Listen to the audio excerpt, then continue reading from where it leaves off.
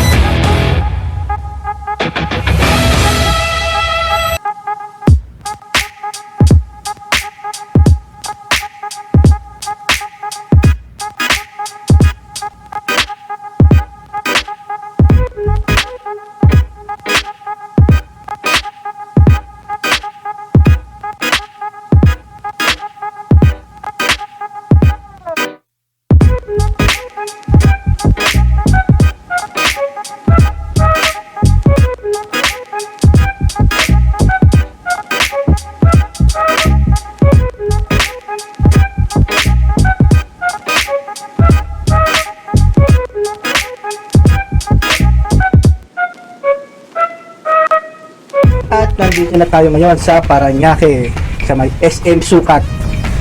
Yan, kita nyo naman, may bagong patakaran dito. Meron ng motorcycle lane. Ayan na nga ba sinasabi sa motorcycle lane na yan. Marami silang nahuli at mga naabusong motorista dahil sa panukalang yan. Hindi wala man lang tamang proseso or tamang announcement. Bigla lang sila naghuli nang walang anunsyo. So mga kapwa nating motorista hindi aware. Pero kung titingnan nyo, kung nagkaroon naman sila ng tamang pag-broadcast niyan sa mga kapwa nating motorista, eh hindi naman sila mahuhuli ng ganyan. So ang lumalabas, parang inakawan lang sila. Kami mga nagmamotor, hindi naman kami against din sa panukala na yan. Pabor pa nga sa amin yan. Pero sana nagkaroon ng tamang announcement. Kasi kung nagkaroon ng tamang announcement, hindi ganun karaming nagmamotor ang mahuhuli dyan sa Parañaque. Isipin nyo yun, ang dami yun. May mga pamilya yun, may mga pinapakain, tapos yung arawan nila mapupunta lang sa multa, di ba? Kaya sana napagbigyan muna sila bago sila nahuli. Pero saludo pa rin, sana nakaisip na ito paano kala. At least nabigyan kami ng sariling daan yung masasabi namin amin. Pero wag lang sana kainin ng mga ibang sasakyan. Kasi yun nga lang yung maliit stage sa amin eh. Sana wag nakainin ng mga kotse, mga malalaking sasakyan. After na mga hubot natin sa kalsada, sana hindi tayo abutan ng traffic dito sa Parañaque. Kasi kilalang naman ng Parañaque bilang isa sa pinaka-traffic na lugar sa Metro Manila.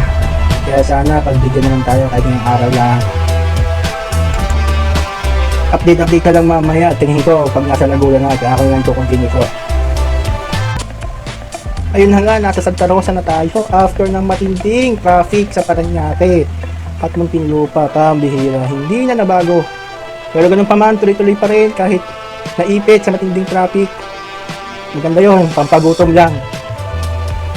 Buti dito sa Santa Rosa medyo maganda-gandang daan, hindi katulad doon sa mga unang dalawang bayan na nadaanan natin kanina. Terrible talaga doon. Chill ride lang tayo. Medyo maluwag naman yung daan, kaya hindi naman kailangan magmabilis. Wala namang hinahabol na oras. Kaya ito, tuloy-tuloy lang hanggang makarating sa destination ng safe at okay.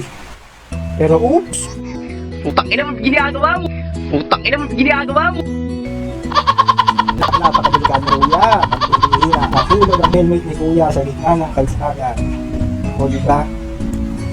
Sa pagkakakita ko, bike helmet na ata yan, which is not advisable sa mga nagmamotor.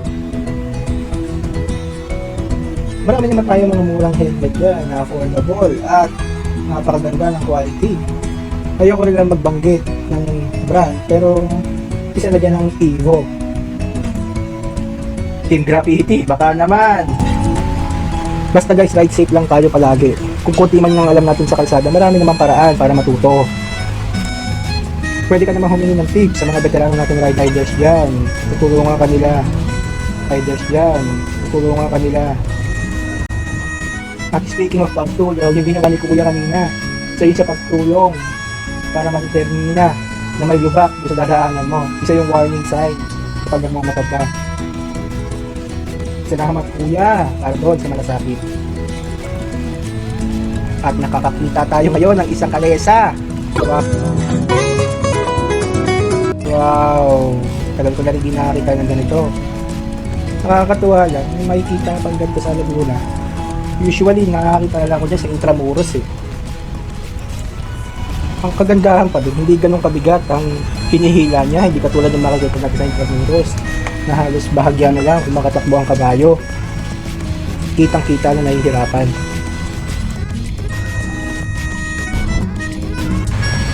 At ayun na nga guys, andito na tayo sa National Highway. Ang ganda ng daan. So, paspas lang tayo ng kaunti.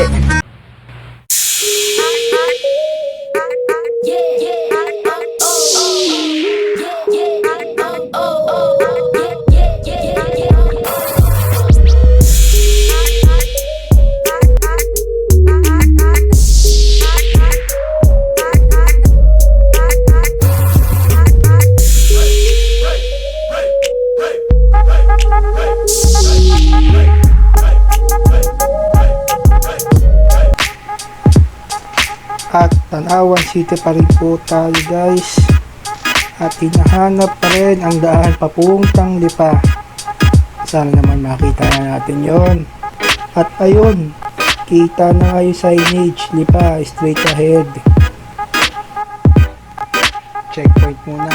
Balik tayo guys.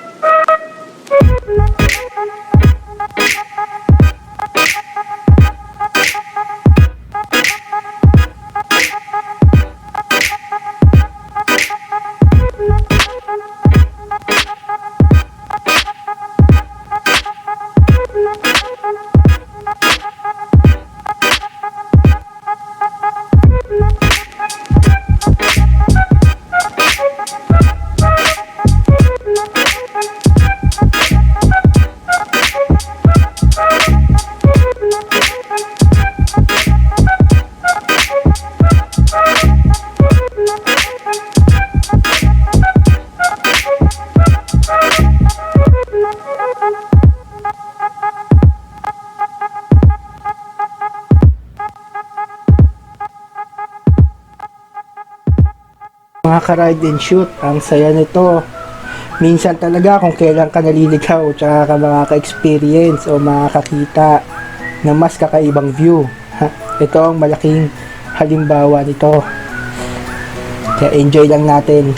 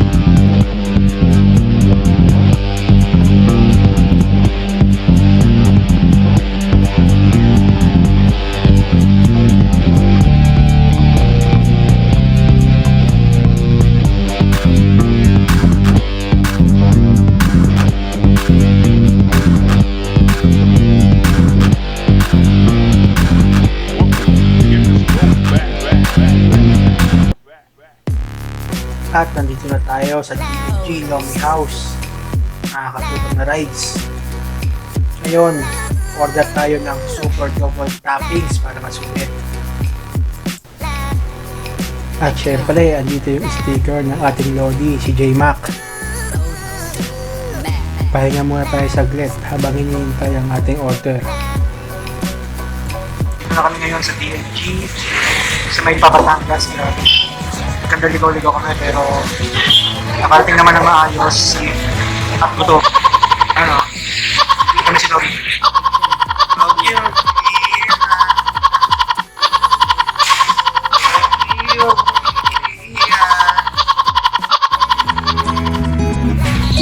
Hihintay lang kami na in-order namin doon. Yung in-order namin yung parang second sa pinaka-special kan. Kasi kung fully loaded, dalawa lang kami, hindi namin kaya ubusin. Kaya ito, doon kami sa sumunod. Kaya abang-abang lang sa mga itong stay na ngayon dyan. Papakita namin mamaya yung order namin. Nilafang.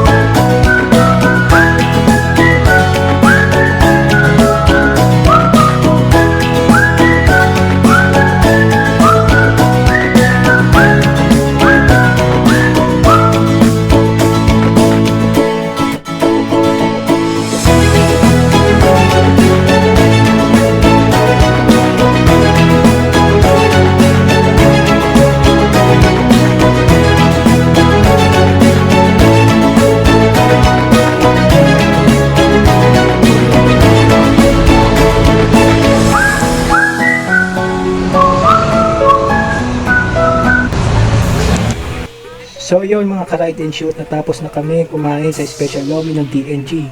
Ngayon, pauwi na kami ng Manila pero baka tumambay muna kami ng Tagaytay. Kaya mga ka-ride and shoot, like, subscribe, and turn the notification bell kung nagustuhan nyo ito. At dito ko natatapusin ang unang yugto ng ating motovlog. Ito po ang Motography. Bye!